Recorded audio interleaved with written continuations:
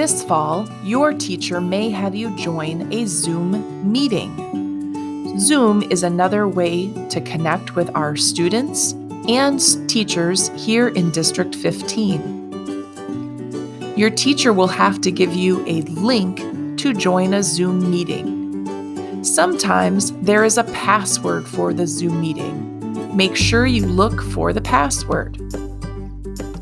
Your teacher may share the link with you in Seesaw.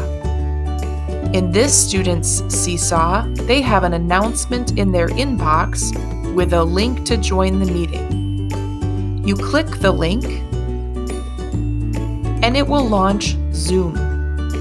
If it is the first time you've gone to Zoom, you may have to type your name in. Make sure that you type your name in correctly the first time.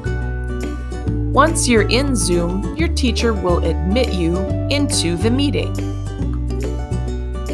Teachers may also give you a meeting link in Google Classroom. Check your stream, and again, look to see if there is a password for your meeting.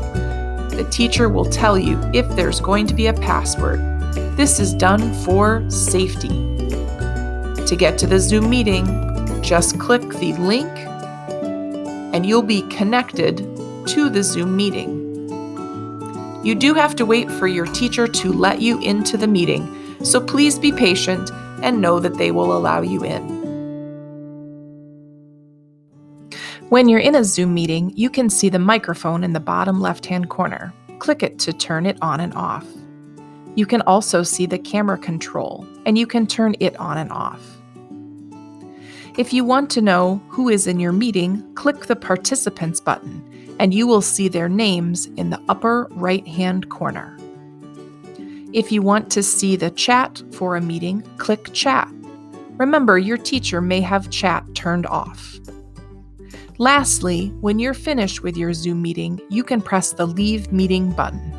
Your teacher may end the meeting for everybody, and you will automatically leave.